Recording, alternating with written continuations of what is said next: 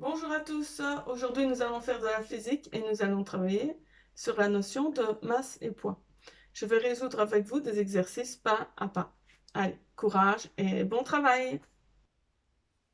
Alors, commençons par un exercice simple. On demande de calculer et de représenter le poids d'une balle de 125 grammes. Donc, on a ici une donnée qu'on va indiquer ici dans le tableau. Donc, on va structurer ça sous forme d'un tableau où on va relever d'une part les données, ce qu'on cherche, donc l'inconnu, et la façon dont on va résoudre l'exercice. Donc, on a 125 grammes. 125 grammes, les grammes, ça correspond à l'unité de la masse. Donc, on indique à l'aide des symboles qu'on a une masse de 125 grammes.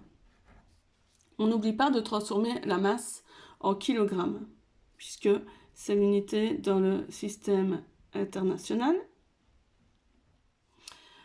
L'expérience se fait sur Terre. Donc, on connaît le champ de pesanteur sur Terre, on vient de le voir. C'est 9,81 newtons par kilogramme, mais pour les exercices ici, on peut arrondir à 10, car il ne s'agit pas d'un exercice extrêmement précis, donc on peut arrondir le champ de pesanteur à 10. Donc voilà les seules données que nous avons. Qu'est-ce qu'on cherche?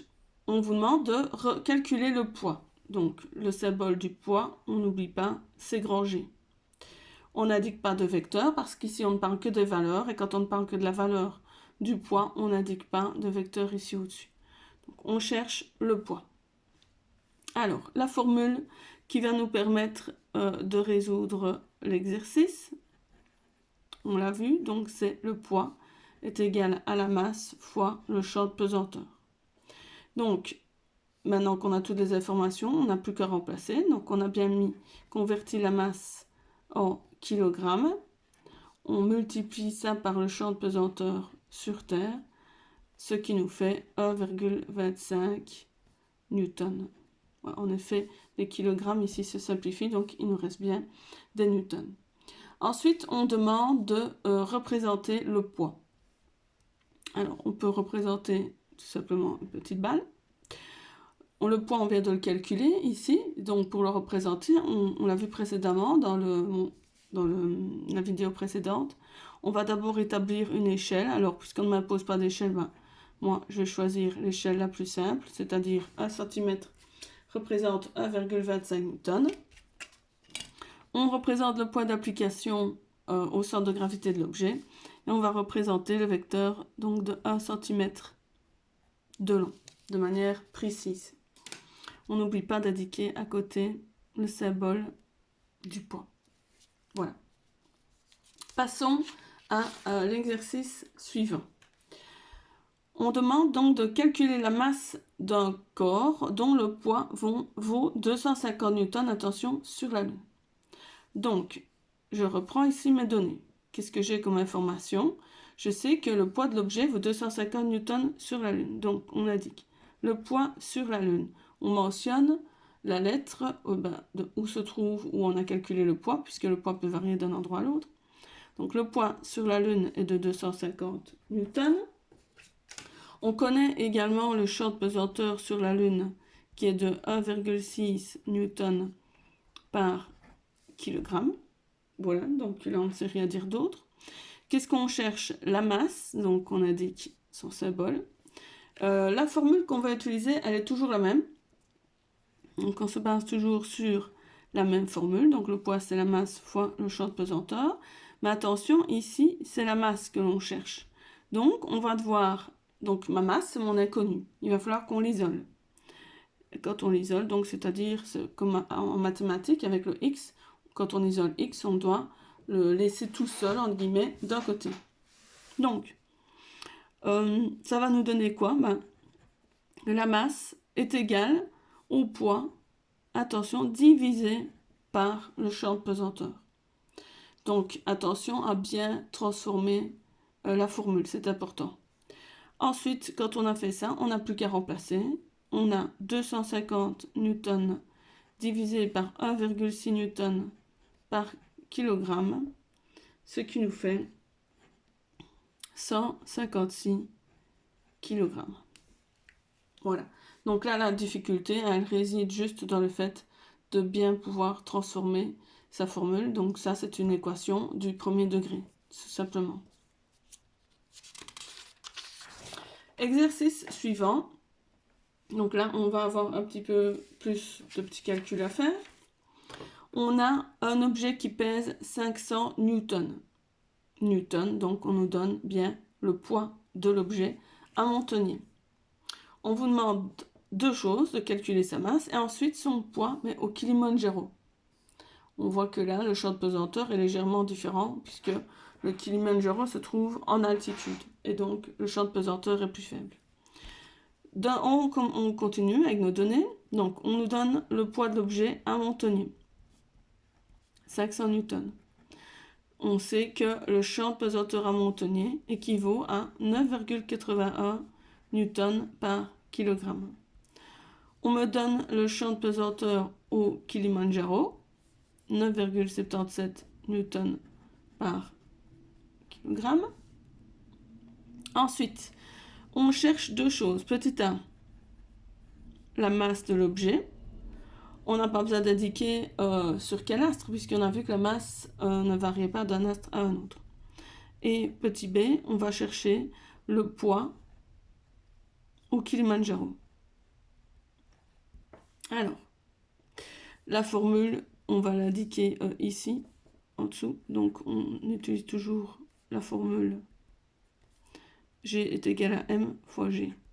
Alors, pour commencer, petit a, on doit encore une fois transformer notre formule comme l'exercice précédent. Donc, la masse, c'est le poids divisé par le champ de pesanteur sur l'astre. Donc ici, on me donne, à Montagnier, on me donne le poids et le champ de pesanteur. Donc, grâce à ces deux données qui correspondent, on peut calculer la masse de l'objet. Donc, ça nous fera 500 newtons divisé par 9,81 newtons par kilogramme, ce qui fait 51, on peut arrondir ici, 51 kg. Quand je connais la masse, puisque la masse ne varie pas d'un endroit à un autre, si la masse à Montagnier est de 51 kg, la masse au Kilimandjaro est toujours de 51 kg. Donc on va pouvoir calculer en B le poids au Kilimandjaro de notre objet, dont la masse est toujours 51 kg. Donc là, on réapplique la formule de base. Donc le poids au Kilimandjaro, c'est la masse fois le champ de pesanteur qui s'y exerce. On a calculé la masse, donc on peut la réutiliser ici de la formule. Ça correspond à 51 kg fois le champ de pesanteur, 9,77 newtons par kilogramme, ce qui fera un poids de 498 newtons. Voilà. On passe à l'exercice suivant. Un exercice peut-être un petit peu plus compliqué, dans le sens où on ne vous donne pas directement les données. Les données, il faut les chercher ici dans le graphique. Donc, on voit qu'un voyageur s'est rendu sur 3 astres. On vous donne ici le champ de pesanteur chaque fois sur chacun des astres. Sur chacun des astres, on a fait des mesures de la masse et du poids de différents objets, de 0 à 4 kg. Et on vous donne les résultats. Alors, une ligne de graphique correspond au résultat sur un astre. Donc, on a un astre, un deuxième, et les données correspondent à un troisième astre. Alors, pour résoudre cet exercice,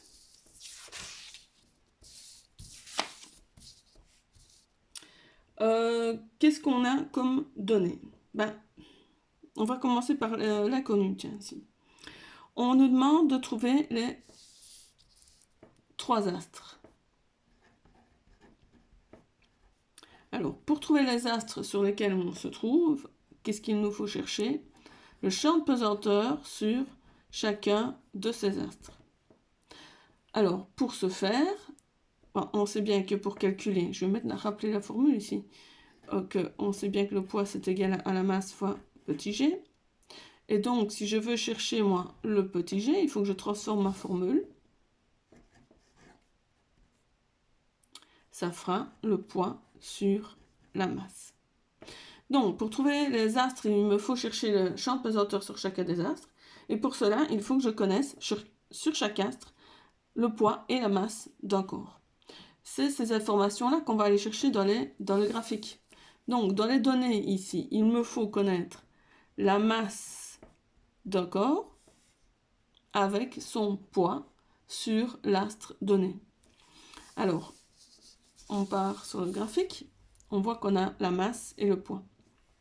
Je vais faire ça, moi je vais regarder chaque fois pour un objet qui a une masse de 1 kg qu'on a emmené ici sur chacun des astres, je vais aller lire à chaque fois le poids qui y correspond.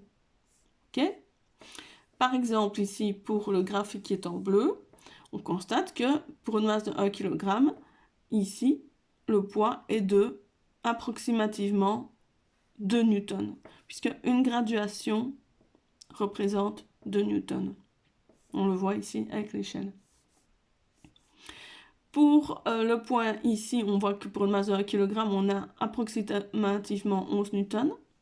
Et ici, approximativement 23 newtons. Je vais indiquer ces données-là dans mon tableau. Donc, pour une masse de 1 kg, j'ai un poids sur mon premier graphique en bleu, qui correspond au premier astre, de 2 newtons. Ensuite, je reprends de nouveau la même masse. Pour le graphique, cette fois-ci vert, on a un poids qui correspond de 11 newtons. Et pour le troisième graphique, je regarde de nouveau pour une masse de 1 kg. Je vois que le poids de cet objet sur le graphique en rouge correspond à 23 newtons. J'ai toutes mes informations pour faire mes calculs. Donc, à présent, je peux chercher donc le champ de pesanteur sur chaque astre. Champ de pesanteur sur le premier astre, l'astre 1, qui correspond donc au graphique bleu. L'ordre n'a pas d'importance. Je vais reprendre les données qui sont ici.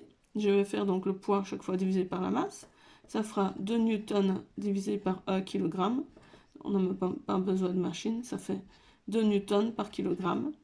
Si je regarde dans mes données de départ, on voit que 2 newtons par kilogramme, ça correspond, on voit que c'était approximatif comme résultat, mais on voit que ça correspond le plus près à la Lune. Donc je viens de trouver le premier astre.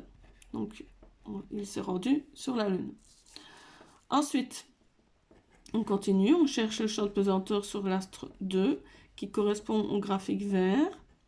On reprend également les données ici au-dessus. Donc on a 11 newtons divisé par 1 kg. Ça fait 11 newtons par kilogramme. De nouveau, je vais voir dans mes informations ici. On voit que 11 newtons par kilogramme, ça correspond à Neptune.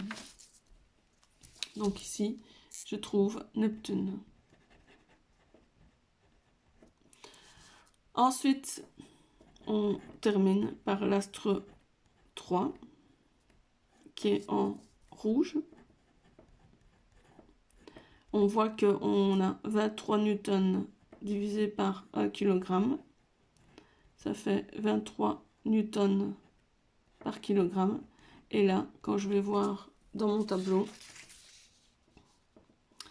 on voit que ça correspond à Jupiter. Et voilà, on vient de résoudre l'exercice, on vient de trouver en effet sur quel astre